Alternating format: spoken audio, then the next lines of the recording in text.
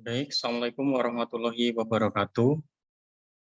Saudara-saudara, pada pagi ini kita akan mengadakan pelatihan dan pembekalan untuk alumni dan calon alumni jurusan produksi pertanian.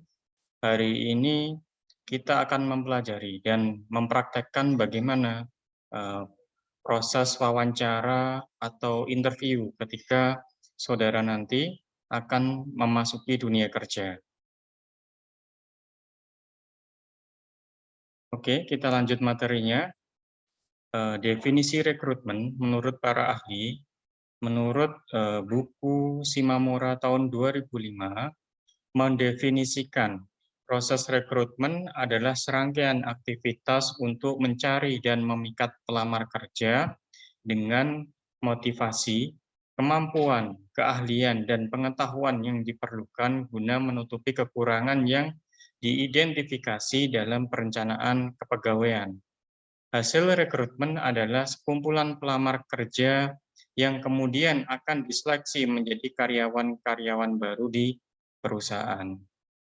Kemudian menurut Hasibuan tahun 2007, rekrutmen merupakan usaha mencari dan mempengaruhi calon tenaga kerja agar mau melamar lowongan pekerjaan yang ditawarkan oleh suatu perusahaan. Dan menurut Nurmansyah tahun 2011, rekrutmen adalah kegiatan untuk mendapatkan tenaga kerja baru untuk mengisi lowongan-lowongan jabatan yang ada pada unit-unit dalam perusahaan. Fakta nervous saat wawancara. Jadi, setiap orang, baik di Indonesia maupun luar negeri, ini data dari Amerika, bahwa seorang pasti akan nervous atau grogi, atau mengalami sedikit keraguan atau ketakutan ketika akan memasuki yang namanya proses wawancara, seperti itu. Fakta yang pertama adalah sebagian besar orang akan stres saat akan melakukan proses wawancara, bahkan bagi yang berpengalaman sekalipun. Yang kedua adalah 96 pencari kerja mengaku susah tidur sebelum wawancara. Dan yang ketiga adalah hanya 7% dari orang dewasa di Amerika Serikat yang tidak memiliki ketakutan apapun saat akan wawancara. Jadi di bawah 10% ini orang yang pede dalam melakukan proses wawancara. Gejala-gejala nervous diantaranya dari kondisi mentalnya, yaitu berpikir negatif, berpikir akan gagal ketika proses wawancara. Yang kedua adalah kesulitan konsentrasi. Nah, ini secara umum ini pasti kita alami yang namanya sulit konsentrasi. Nanti kita akan bahas bagaimana kita dalam mengatasi kesulitan konsentrasi. Yang ketiga adalah emosi datar. Dan yang keempat adalah pemikiran yang tidak logis dan moody. Dalam kondisi fisik, gejala nervous bisa dilihat kaki gemetar, rasa mual, dan yang ketiga adalah telapak tangan berkeringat, keempat adalah detak jantung cepat dan napas pendek-pendek. Hilangkan nervous ketika akan wawancara, yaitu dengan cara yang pertama adalah persiapkan segala hal. Ini sangat penting. Jadi perlu dipersiapkan mengenai fasilitas atau sarana yang nanti akan kita gunakan. Kalau kita wawancara dengan cara daring, ya tentu harus kita persiapkan koneksi internetnya. Kita cek lagi apakah suara ini sudah terdengar dengan benar kepada pewawancara. Kemudian latar background belakang kita apakah sudah sesuai untuk melakukan proses wawancara. Yang kedua adalah latihan wawancara atau gladi resik sebelum seharinya. Jadi kita belajar berkomunikasi, cara perkenalan diri kita, kemudian menjawab pertanyaan-pertanyaan seperti itu, ini harus dilakukan gladi resik. Kita juga harus bisa mengira-ngira kira-kira pertanyaan apa yang nanti akan ditanyakan ketika proses wawancara. Nah, ini juga perlu dilakukan gladi resiknya. kita bisa simulasi menggunakan kaca, apakah kita komunikasi sudah dengan raut muka atau intonasi nada kita ini sudah pas atau tidak. Apakah suara kita terlalu tinggi atau terlalu pelan? Nah, ini bisa dicek juga, atau saudara bisa lakukan bersama dengan teman saudara untuk menilai apakah kita sudah pas atau tidak dalam berkomunikasi ketika proses wawancara. Yang ketiga adalah cek dokumen yang diperlukan. Jadi persyaratan apa saja yang diminta oleh HRD atau pewawancara ini perlu dipersiapkan, dicek lagi.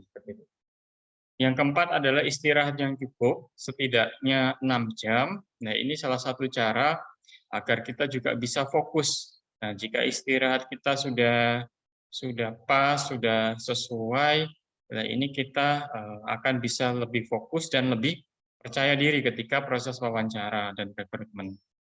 Berikutnya adalah makan makanan yang ringan, jangan terlalu berat karena akan menyebabkan rasa kantuk.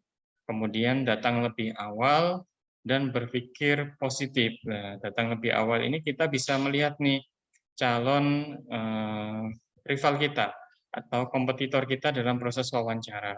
Apakah mereka sudah siap atau belum? Kalau mereka siap, tentunya kita juga harus jauh lebih siap dari mereka. Kita harus ada program kerja yang nanti kita siapkan atau kita fokuskan dalam membahas waktu proses wawancara seperti itu. Kemudian hindari makanan dan minuman yang terlalu banyak gula karena ini akan mengurangi konsentrasi dan menyebabkan kantuk ketika proses wawancara, dan kurangi berpikir negatif, makan makanan yang terlalu berat dan begadang. Nah, ini adalah poin penting, bagaimana cara kita bisa memprediksi pertanyaan pewawancara. Nah, ini jika kita bisa memprediksi, kita ini akan sangat pede ketika proses wawancara nanti. Kita akan lebih siap, lebih percaya diri dalam menjawab pertanyaan-pertanyaan dari pewawancara, dan kesuksesan kita atau goal kita nanti juga peluangnya akan semakin tinggi. Kita bisa diterima di perusahaan yang benar-benar kita inginkan, perusahaan yang bonafit, perusahaan dengan gaji yang tinggi, seperti itu. Yang pertama adalah pahami visi dan misi perusahaan.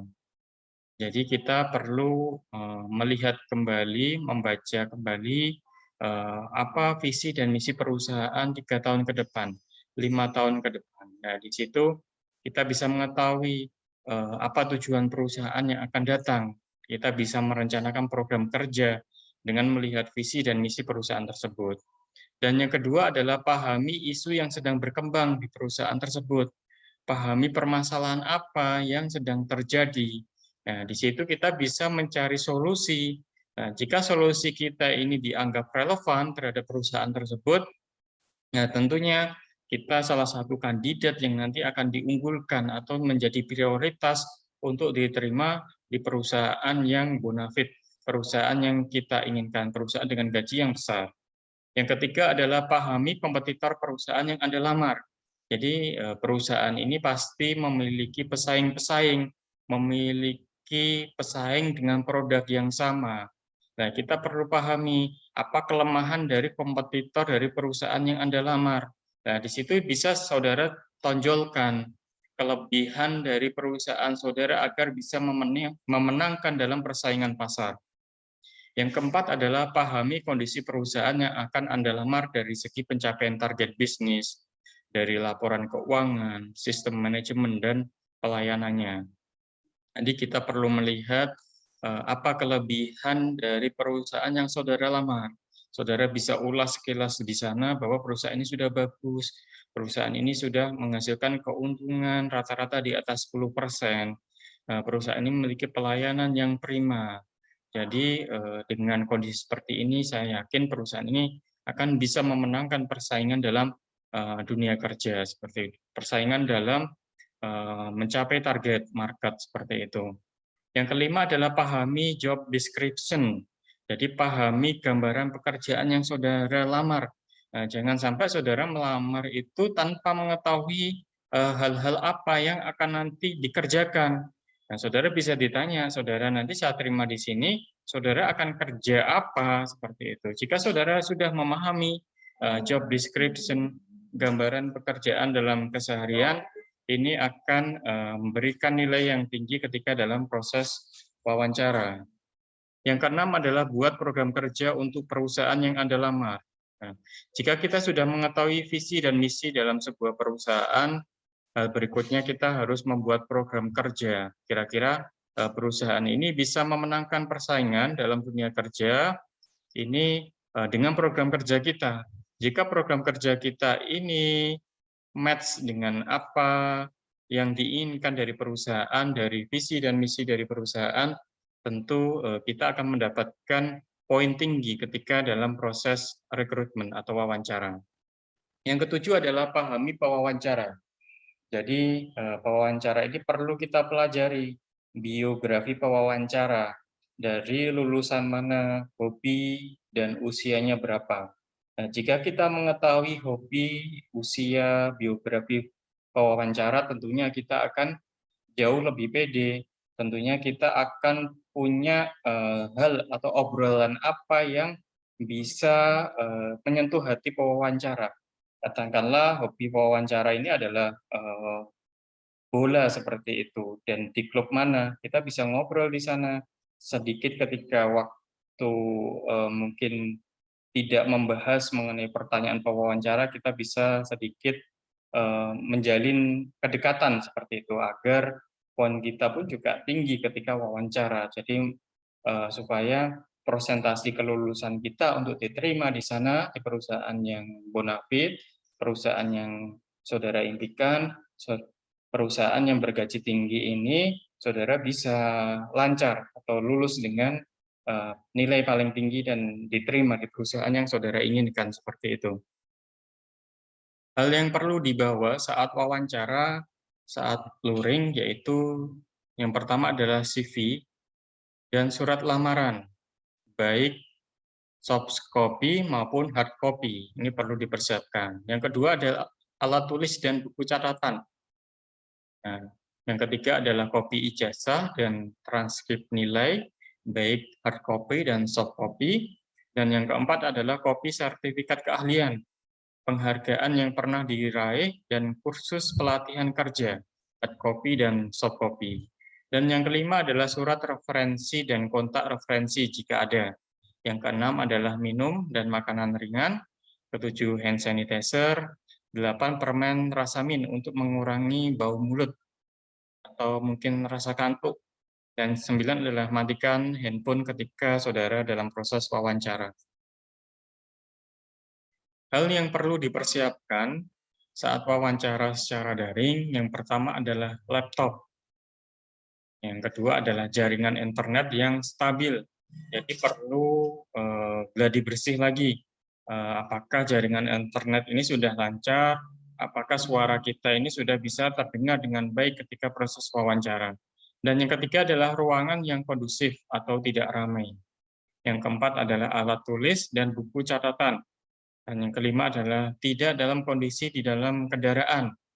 Yang keenam adalah cek suara dan kualitas gambar Anda, apakah sudah benar, dan lakukan gladi resik, catatan mengenai misi, visi perusahaan, dan isu perusahaan. Nah, ini kalau wawancara dengan daring, kita punya kelebihan mencatat hal-hal yang mungkin kita tidak hafal. Bisa saudara beri catatan di depan laptop saudara, di belakang laptop saudara, seperti itu, untuk mengingat-ingat apa yang mungkin saudara nanti lupakan, seperti itu. Berikutnya adalah kesalahan saat wawancara, yaitu terlihat tidak tertarik dengan perusahaan yang sedang saudara lamar, seperti itu. Kemudian berpakaian tidak tepat, berbicara negatif dengan perusahaan sebelumnya. Nah, ini jika saudara punya pengalaman sebelumnya, saudara pindah ke tempat kerja yang baru, nah ini jangan sekali-kali saudara menceritakan keburukan atau kelemahan perusahaan sebelumnya, kecuali itu memang ditanyakan.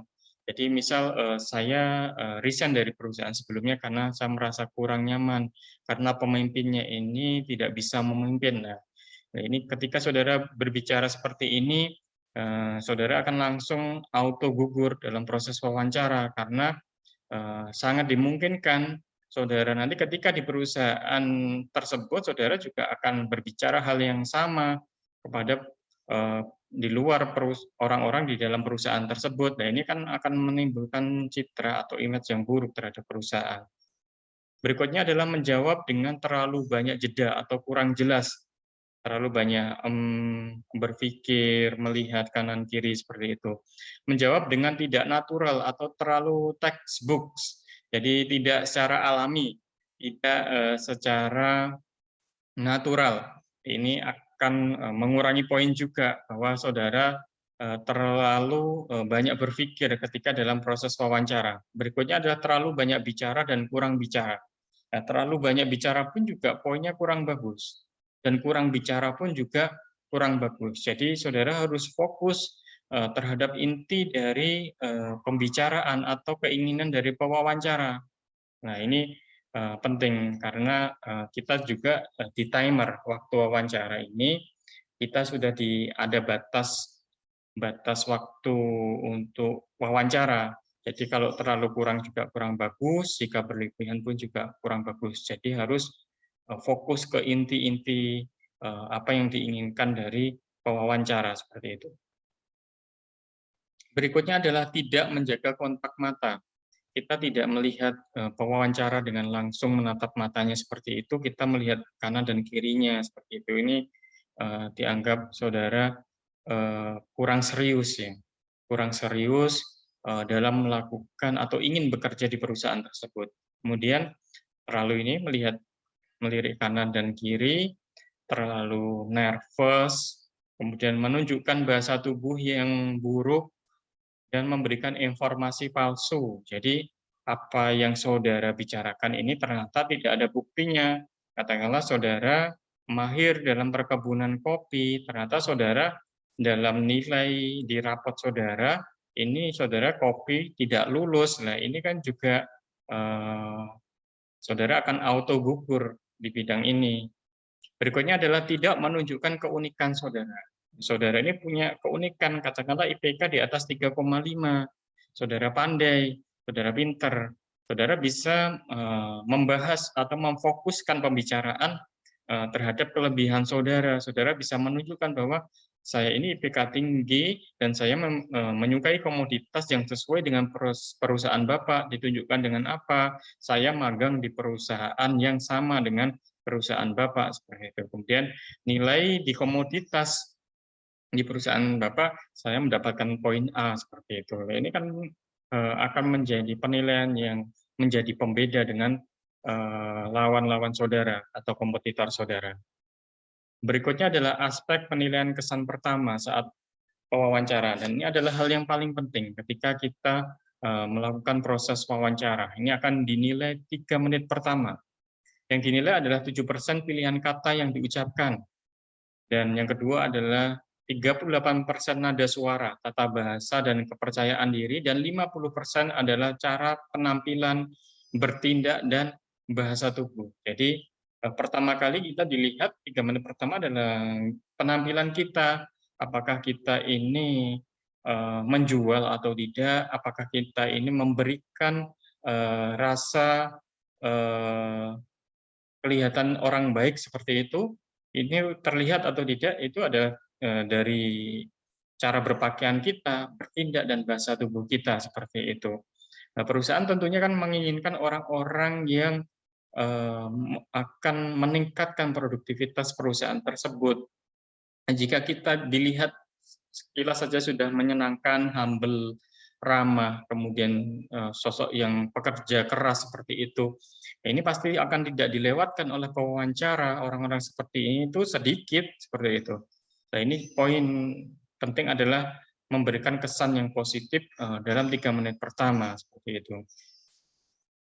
Berikutnya adalah perbedaan pertanyaan antara HRD dan end user, di mana HRD ini hanya melihat pemahaman tentang pekerjaan dan perusahaan yang dilamar dan jawaban yang jujur seperti itu. Jadi HRD ini akan melihat kita apakah kita memahami tentang job description atau gambaran pekerjaan yang nanti akan diberikan kepada kita dan akan menilai kejujuran kita apakah kita ini orang-orang yang eh, ke arah yang positif, mungkin selalu jujur seperti itu, ya ini menjadi poin tinggi jika kita berhadapan dengan HRD. Dan berikutnya adalah lebih umum menilai kepribadian. Jadi lebih umum apakah kita ini bad karakter atau tidak, seperti itu.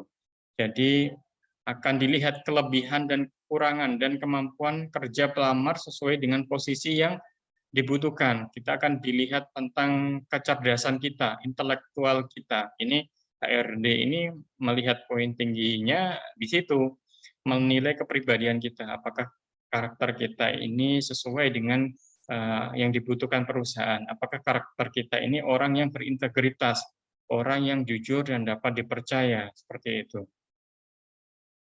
Sedangkan apa bedanya dengan user? Ya, user ini adalah calon pimpinan saudara atau bisa jadi owner dari perusahaan tersebut.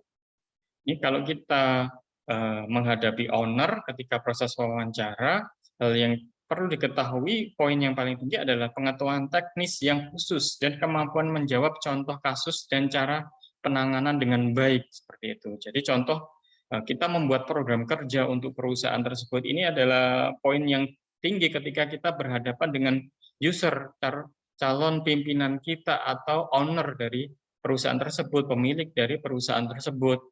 Yang kedua adalah lebih khusus teknis dan mendalam untuk mengetahui kemampuan dan kesesuaian pengalaman dengan kebutuhan. Jadi bagaimana dulu ketika saudara magang, saudara di bagian apa? Saudara bisa cerita di sana. Saya dulu mengerjakan ini, dan target 1 bulan saya ini adalah ini dan ini. Saya mencapai sekian persen dari target yang diberikan kepada saya. Nah, ini jawaban yang diinginkan oleh owner atau pemilik perusahaan.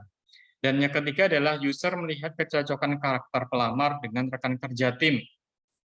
Jadi saudara ini cocok atau tidak jika ditempatkan dengan para senior seperti itu. Ini juga menjadi poin penilaian untuk end user bahwa saudara ini relevan atau pas. Nah, terkadang saudara ketika proses wawancara merasa gagal atau ditolak, itu bukan dalam artian saudara ini tidak pintar atau tidak memenuhi kualifikasi. Terkadang end user ini mencari orang-orang yang memang bisa bergabung dengan para senior seperti itu. Nah ini kan tidak semua orang bisa. Jadi user ini tahu persis kondisi di lapangan, para pegawainya itu seperti apa dan butuh orang yang seperti apa agar produktivitas para senior ini menjadi naik kembali. Ini salah satu penilaian saudara nanti diterima atau tidak. Berikutnya adalah tipe pewawancara. Yang pertama adalah tipe robot. Jadi pewawancara tidak tertarik membangun hubungan dengan kandidatnya. Mereka hanya ingin posisi tersebut dengan segera terisi. Tipsnya adalah sampaikan pengalaman dan kemampuan Anda dengan ringkas, serta dengan bukti kesuksesan Anda. Yang kedua adalah tipe atasan yang bosan, yaitu 21% kandidat mengatakan bahwa pewawancara tidak antusias dengan perusahaannya. Tipsnya adalah bangkitkan gairahnya dengan pengalaman kerja dan rencana Anda untuk posisi yang ditawarkan. Jadi pewawancara ini kan mewawancara enggak 1-2 orang, jumlahnya bisa ratusan bahkan ribuan. Nah, jika saudara dari awal saja tidak kelihatan menarik bagi pewawancara, ya tidak perlu dilanjutkan, cari yang lain saja seperti itu. Yang ketiga adalah tipe penggertak, yaitu caranya bertanya tentang pengalaman profesional Anda dengan nada mengintimidasi, sehingga membuat Anda stres dan gugup. Tipsnya adalah tetap fokus dan sodorkan bukti yang menunjukkan bahwa Anda layak untuk posisi tersebut. Yang keempat adalah tipe tanpa petunjuk, yaitu 17% kandidat mengatakan bahwa atasannya tidak kompeten. Tipsnya adalah tetaplah tenang, tunjukkan keahlian dan profesionalitas saudara. Yang kelima adalah tipe anak muda. 15% pekerja pernah bekerja untuk atasan yang usia yang jauh lebih muda. Tipsnya adalah para atasan yang masih muda senang pelajari sesuatu yang visual. Karena itu gambarkan keahlian Anda dengan portofolio. Jadi saudara membuat orat-oratan ya, membuat catatan seperti itu dan jelaskan kalau ada media papan tulis, saudara bisa bercerita menggunakan papan tulis ini disukai dengan owner yang istilahnya usianya setara dengan saudara atau lebih muda dari saudara. Yang keenam adalah tipe menyenangkan, hangat, ramah, membuat Anda diterima di perusahaan ini. Tipsnya adalah arahkan pembicaraan kembali ke masalah pekerjaan jika percakapan menjadi terlalu akrab. Jadi saudara harus pandai mengarahkan poin-poin apa yang bisa menjadikan saudara ini beda dengan kompetitor yang lain, yang membuat saudara ini unggul ketika berhadapan dengan kompetitor yang lain. Yang ketujuh adalah tipe berorientasi pada detail, sangat memperhatikan rencana, angka-angka, atribut, dan inti pembicaraan. Nah, tips yang digunakan yaitu data-data yang spesifik untuk menunjukkan kesuksesan Anda, sehingga mereka bisa melihat bahwa Anda cocok untuk posisi ini. Tipe yang kedelapan adalah inovator, yaitu melihat gambaran besar dan tidak takut mengambil resiko. Tipsnya adalah bersiaplah dengan ide-ide segar yang menunjukkan keahlian Anda di bidang tersebut. Nah, ini ide-ide ini salah satunya ya program kerja. Jadi rata-rata seorang pewawancara menginginkan kita mengenai apa yang bisa kita berikan terhadap perusahaan seperti itu.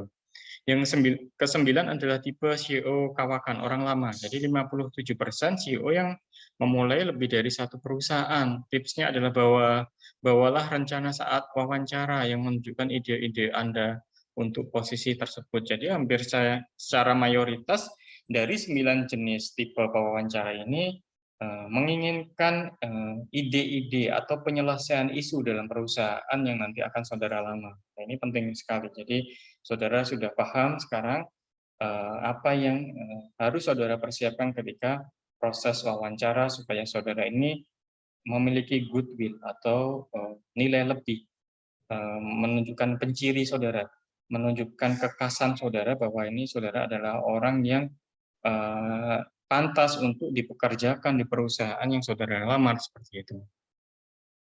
Ini adalah baju pria saat wawancara, menggunakan baju seperti ini. Bajunya tidak harus polos putih, tapi yang penting polos ya, jangan berwarna merah, bisa biru muda, biru tua, atau abu-abu seperti itu.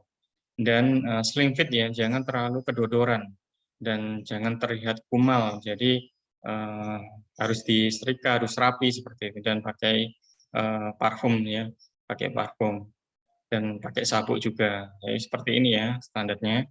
Kemudian gunakan sepatu kerja seperti ini untuk laki-laki. Dan baju wanita saat wawancara, ini menggunakan blazer, dan jangan lupa menggunakan sepatu hak tinggi, karena perempuan jika tinggi ini kan akan lebih terlihat menarik, goodwill-nya akan lebih menonjol seperti itu. Dan untuk merias jangan terlalu berlebihan atau apa ya, menor gitu ya, yang natural, tapi terkesan rapi, bersih, dan saudara kelihatan cerdas seperti itulah. Saudara bisa membayangkan sendiri, pakai jam tangan seperti itu, pakai bros. Ini kan saudara terkesan orangnya rapi, bersih, dan kelihatan intelektual saudara. Ini tonjolkan di sana. Kemudian baju wanita saat wawancara, untuk yang tidak memakai hijab, bisa seperti ini. Jangan pakai sandal ya, pakai sepatu ya. Fakta dan mitos masuk dunia kerja. Ini IPK tinggi menjadi aspek diterima kerja, nah, ini mitos. Jadi belum tentu saudara yang IP-nya 3,8, 3,9 ini akan diutamakan ketika proses seleksi. Bisa jadi yang diterima IP 35, 33 itu bisa jadi. Karena apa permasalahannya? Karena mungkin kurang siap dan yang IPK tinggi ini tidak bisa menonjolkan goodwill-nya, keunikan dia seperti itu, dan komunikasinya pun mungkin kurang bagus, bisa jadi seperti itu, atau kurang persiapan. Nah, ini fakta dan mitos, yaitu komunikasi yang menarik menjadi aspek diterimanya kerja. Nah, ini fakta. Jadi belum tentu IPK yang tinggi ini akan menang dalam proses wawancara, belum tentu. Bisa jadi komunikasi yang menarik ini lebih diinginkan oleh pewawancara ini fakta. Jadi pewawancara ini lebih menyukai skill komunikasi kita. Dan berikutnya adalah lulus dari universitas terkenal menjadi aspek diterima kerja. Ini mitos. Saudara walaupun nanti akan berkompetisi dengan orang-orang lulus dari universitas yang grade-nya tinggi, saudara tidak perlu minder karena itu mitos. Belum tentu anak-anak yang lulusan di perguruan tinggi dengan grade tinggi ini jauh diprioritaskan, belum tentu. Jika saudara lebih siap, komunikasi saudara jauh lebih bagus dari mereka, ide-ide bisnis ini saudara munculkan jauh lebih baik, ya saya rasa walaupun saudara di universitas yang orang lain tidak kenal, bisa jadi saudara yang dipilih karena saudara lebih relevan dengan kebutuhan dari perusahaan tersebut, seperti itu.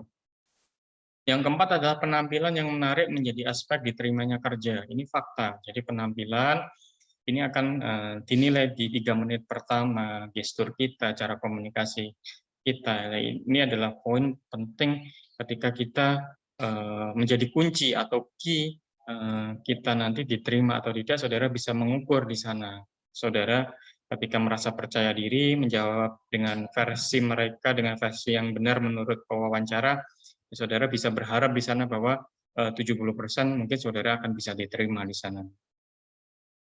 Nah, ini alamat untuk proses wawancara ya, kesalahan dari wawancara, video perkenalan dan wawancara saudara bisa klik di link YouTube-nya, dan interview untuk fresh graduate.